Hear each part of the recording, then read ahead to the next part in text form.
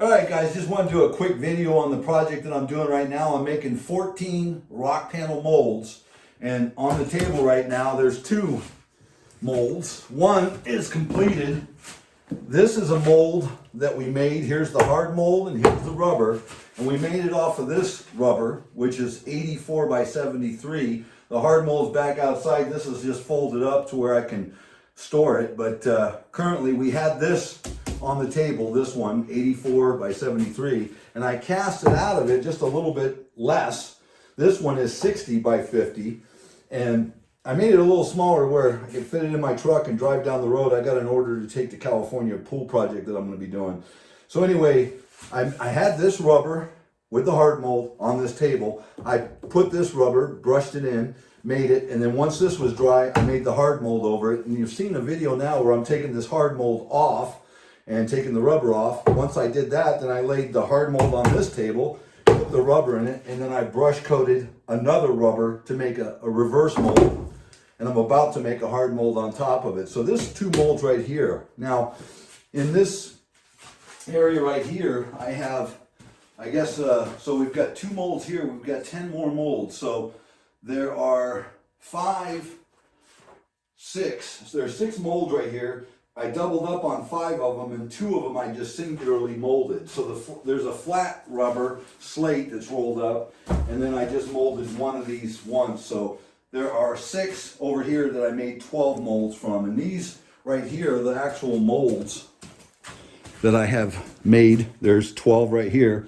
These are all doubled up, meaning I molded the mold, then I made a mold of this mold, and they're form fitting to one another. Obviously, when you look at the two pieces there, it's totally separate rock. You would, if the two panels were sitting along the shop and you walked up on them, you'd never associate them together.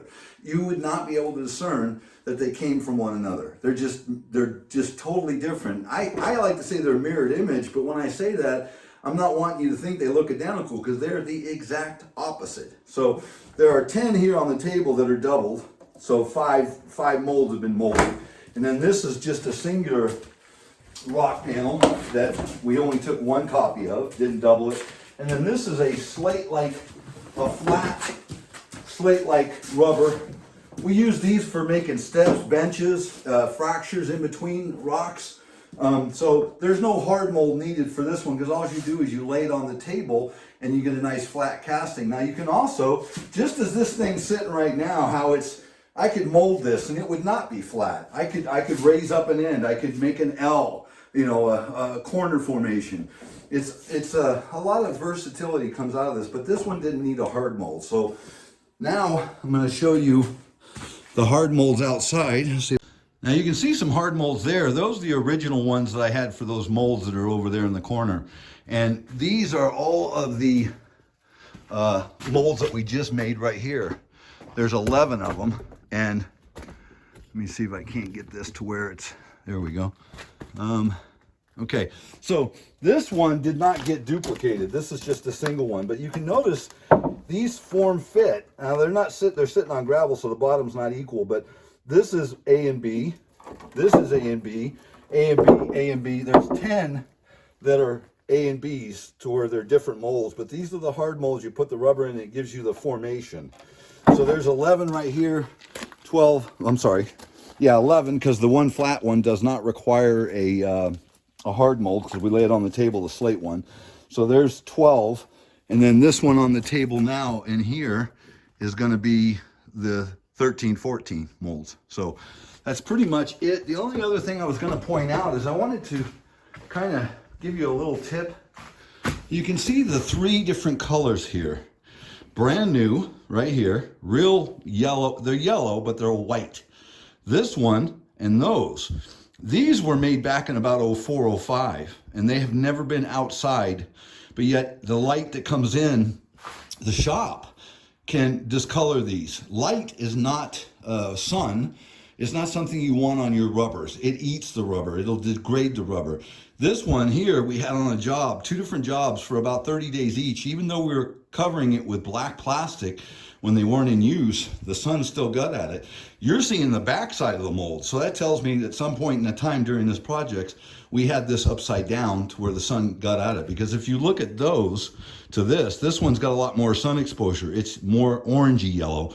These are still just dirty with cement. They've never really seen the sun outside, and these are brand new. So you're gonna see sunlight is not your friend on these rubbers. These rubbers should last you 1,000 copies easy. You don't want them out in the sun. If you are using them outside, you're gonna put some black plastic. Only time you're not gonna be covered is when you're actually loading the panel with cement, and then you're putting black plastic over it. In the storage outside, they're black plastic. You do not want the sun eating them up. So, okay, I wanted to add one more value for you, and that is when you're mixing the rubber, you're taking part A out of the container. It's like a dough, a paste, and you're putting it into a vessel to measure it. It's 32 ounces. So we cut down a mixing tub to 32 ounces where we can screed it off flat. That is going to get on your hands. It gets on your arms. You can see right here that this is covered on the arm area. The guys are reaching their hands into the bucket and they're getting all this coat. This has got some wet as well as some rubber that's been mixed, but a lot of it's unmixed. And this is not something you want to have on you. It's got mercury in it, so we want to protect our bodies from absorption, but we also want to protect our clothes. This was used one time, and you can see the residue. When this guy here, he was helping me brush it on. He only mixed a couple of kits on the feet. We put a bucket right between our feet at the bottom, and we hold it with our feet, and we mix it with the paddle. And he's only mixed a couple, where this guy, he mixed all day, and you can see the unmixed and the mess that gets on your shoes and on your legs. So protection is a paramount thing, but these are only used one time, where mine, I don't use the Tyvek because they rip and I don't like that. This has been used about 10 different times.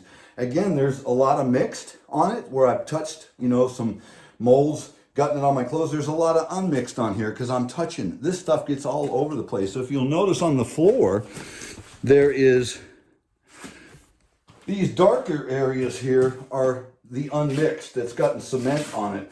And you could clean it off. I've used these probably 10 different times. I've got tar paper on my floor in the shop, but even with that, I put down plastic and I make a mess in here, and it gets on the plastic. We sweep it off, we fold it up, and we use it again. As long as it doesn't have any rips, I can use it again and again. So about 10 times the use there. If you'll notice the mixing area, where you can see this is a lot of unmixed.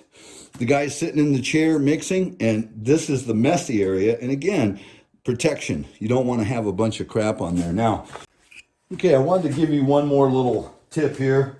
The paddle mixers that we use is really a paint mixer, and it's got fins. This is a brand new one, or a clean one. I've used this about 10 times. And when you get done with a kit, or 2 kits is what we just mixed, so 4 or 5 gallon buckets were mixed. Each time you pull this thing out of the rubber, these fins are filled. And if they're filled and you go to use them, they don't have any ability to mix. So every time we mix a batch, at the end of that batch, we take a paint stick and we try and pull out of the veins the extra rubber. Then we take it into a 5 gallon bucket and we spin it to get the rubber to come off. And even though we try, we've maintained a pretty open fin here in large part. At the end of the day, when you let this thing sit, the next morning you come in, you basically take a razor knife and you cut right down the middle of a fin, and you start to peel this rubber off, one piece. It's not gonna stick to plastic, it can't.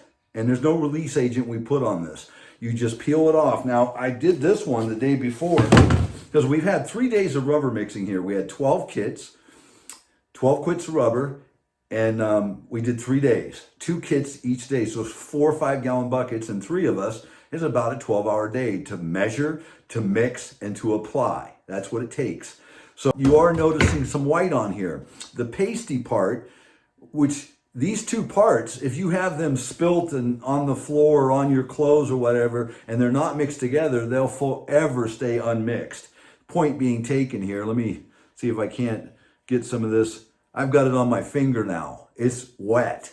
It's never going to dry. It'll always be wet. So this here I could wipe down. There's no need. It's ready for reuse. And that's all I wanted to show you there. The other thing is we do take the brushes, 2-inch brushes, and we have them about this long. When we purchase them, we snipe them, and this makes them, you know, it'd be too flimsy if it was long. So this gives it a little more rigidity, and we use these and we discard them. You know, for this 12 5-gallon buckets, 6 kits, 2 A and B. So six kits, 12 buckets. We probably used 160 of these brushes. We used, I don't know how many. Here's the kits that we used in the last 2 days. There's 4 kits, so there's 8 buckets, part A and part B, and the mixing tubs. And this is where we spin our rubber off. And every time you use it, probably use it about 10 different days, it gets smaller and smaller because you're whipping off the paddle and it's putting it on the side. So after a while, you just throw the whole damn thing away. But so we're getting rid of, in the trash, we're going to get rid of this, the 8 buckets and their lids. And then these are the mix tubs that we use twice. We can peel the rubber off. I mean, these ones right here, I think we did peel the rubber off. Rubber does not stick to plastic, so you can actually pull that rubber out the next day. And these were used twice.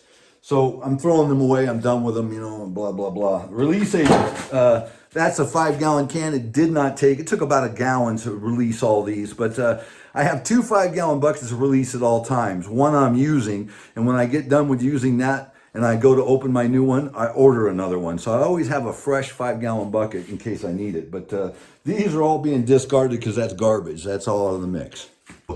That's pretty much all I had for you. Thanks for watching. If you like my video, please subscribe to my channel, like my video, share my video, and look forward to some more. Thanks a lot, guys. Bye.